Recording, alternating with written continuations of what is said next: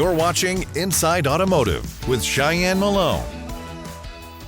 Hi everyone, I'm Cheyenne Malone. Thanks for watching. So we've seen high interest rates and vehicle prices go up, but that's not stopping deals being made at the dealership level. Today we're diving into a digital shopper study from Shift Digital that focuses on the good, the bad, and the worthy signs for automotive retailing in 2024. Matt VanDyke, president of Shift Digital, is here to break it all down for us. Welcome, Matt. Hi, Cheyenne. Thank you. Glad to have you. So kind of give us an overview of the study and what it covered. Yeah, we really focused on leads and took a look at 2023 versus 2022. So many of our clients were just asking us, seeing the roller coaster ride, exiting the pandemic and then chip crisis, what should we expect going forward in 2024? So our look was across really all of the United States and all of the brands and clients that we serve. We support about 16,000 dealer websites and process almost 80 million leads a year. So we've got a really good insight into what the trends are. And that was what we started with.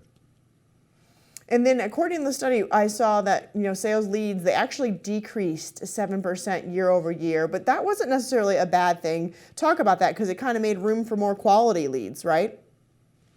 It did. And what we saw happen really was kind of a tale of the first 8 months of the year and then the last 4 months of the year in 2023. And when comparing the first 8 months of the year, it was comparing against a period of time when interest rates were low and availability was seriously compromised. But by the last 4 months of last year, compared to the last 4 months of 2022, that's when the economic environment changed, payments started rising. And so really at the end of last year, leads flattened out. But through the first 8 months of the year, they were down significantly. And those factors that you mentioned of people hunting for available inventory, that mostly went away. There's still a few brands and select segments where there's curtailed inventory, but for the most part, people aren't hunting for inventory.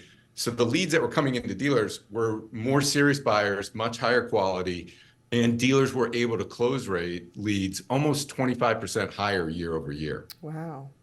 And then it also took a look at some of the response rates. What did you find there? And with that information, what do you recommend going forward? Well, a couple things. One, the response time from dealers improved last year by 11%, which I think is a good thing. And I think there was a lot of probably laziness isn't too strong of a word in 2022. If you don't have vehicles to sell because you're sold out, then how hard are you going to chase down those customers? So that's a positive trend. And a quality response in a quick period of time is super important. And customer expectations are increasing. So as fast as you can respond with a quality response is really what a dealer needs to be focused on. And that sweet spot is between 20 and 40 minutes, potentially even higher expectations if it's a digital retailing lead. So those are a couple of the initial findings. Anything that stood out to you in particular in both good and bad?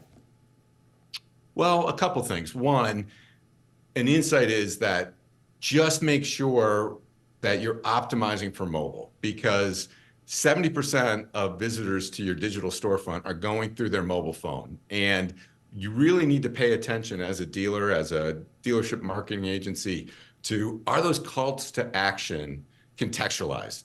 People want text me. People want easy information. Even things like on your lead forms, are you asking for permission to text or email and not just make a phone call? Because the actual quality responses are dramatically improved when that happens. So that's one. The second thing is, while dealer website leads were down last year, digital retailing leads on dealer websites were up 38%. And so what we're seeing is the high quality and constantly improving tools that are on dealers' websites that are enabling the components of an e-commerce experience that customers are looking for. That's driving a significant increase. And those DR leads are more valuable than generic form leads and other things. So kind of final insight is, for 20% of the dealers in the United States who don't have a DR tool on your website, you're really missing an opportunity, because customer expectations have changed, evolved. They like interacting with those tools, and they're giving and sharing the dealership more information. And, going forward, looking ahead, right, we're in 2024. What are some of the challenges that you foresee for dealers or pulled from the study, rather? Well, I think first and foremost, it's affordability. And it's not just for EVs, it's across the board. Consumers are still in a position where obviously monthly payments because of interest rates are significantly higher than they've been in years. They're still not, despite increasing incentives, there's still not a rush to discounting that's out there. So finding ways to convey value and get people to engage with your brand, your store, your inventory, and telling an affordability story is massively important. If you can win that battle, that's probably the number one thing you can set out to achieve. Any other final thoughts, Matt? Yeah, I'd go back, engage with a digital retailing tool. Make sure you're taking advantage of the modern technologies that are out there. Optimize your CTA stack, your calls to action, make sure they're contextualized. Give consumers the customer experience you would expect when you're shopping on a different vertical's website, right? Don't have multiple trade-in tools that are going to take you to different spots on your website. Get it all synced up in your DR tool if you have one.